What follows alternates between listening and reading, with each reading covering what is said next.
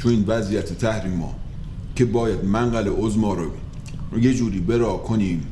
اتفاقا بنده خودم در این باب یه شعر سرودم، یه شعر ساده، یه شعر عام فهم. میگه هر کجا بار است همچون خر بپیچ. هر کجا بار است همچون خر بپیچ. گر ورق برگشت شتر بازی به هیچ. خب شتر بازی و پالون خرا اینا آقا همه تمثیله. منظور نظر اینه که اگه عظما بخواد الاغ تو شکم نهنگم بره عاقل در میاد. اگه عظما نخواد وای به روزی که عظما نخواد. یه پشه میره تو دماغشون وزو وزو وزو. خلاص الفاتحه. الا ای حال سخن کوتاه کنه. این پیژامه که ملاحظه میفرمایید مقام عظما یه چند دفعه پوشیده. ملاحظه کنید چیز ماهیه اما کشش شده خراب. گفتم خراب به قول موسوی تبریزی خرابی ها تو مخ ولایت بیشتره. مراقب باشید، مراقب باشید. مثل سید علی داغون نشید. میفهمی چی تو میگن؟ خواهرها برادرها کنس بازی رو بذارید کنار، دست کنید تو جیباتون کمک کنید اینو پاک کنید.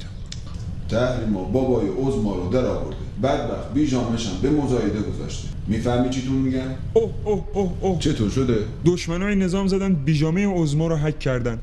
اینجوری فروش بیجامه عظما خیلی مشکله. چی؟ بیجامه عظما رو زدن لک کردن؟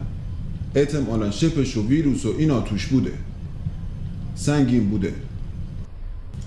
خودم تازه تمیزش کردم. حاج آقا تایدوریکا بدیم خدمتتون. اجازه بدید همشیره، اجازه بدید همشیره. قیمت پایه این بیجامه 20,000 تومانه. متوجه هستی؟ 20,000 تومان. 20,000 تومان یک. خواهرها گوش بدیدا. 20,000 تومان دو. 20,000 تومان سه. حاج آقا من 3,000 تومان. کششم بهت نمیدم. 20,000 تومان یک. 20,000 تومان دو. حاج آقا ما رو هم حساب کنید 40 تومان. اجازه بده، اجازه بده. همشیره این بیجامه جنسش خوبه ها. میتونی باش دستمال قابلم هم درست کنی. حالا چقدر؟ حاج آقا مفتی بده بره خیرشو ببینی. مفتی بدم خیرشو ببینی. بازم منو مسخره کنید.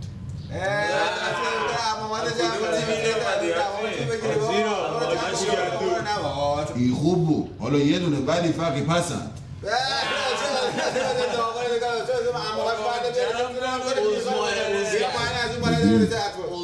جناب بقایی چیزی گیرمون نیومد؟ نه حاج آقا فعلا که خبری نیست. البته آخر عاقبت ما همینه. همینه؟ بخی برادر من بخی. این چیزا واسه سید علی تنبون نمیشه. بیجامه رو بذار دم کوزه آبشو بخور. برو کاسه علی گدا رو بیار. بخی برادر بخی.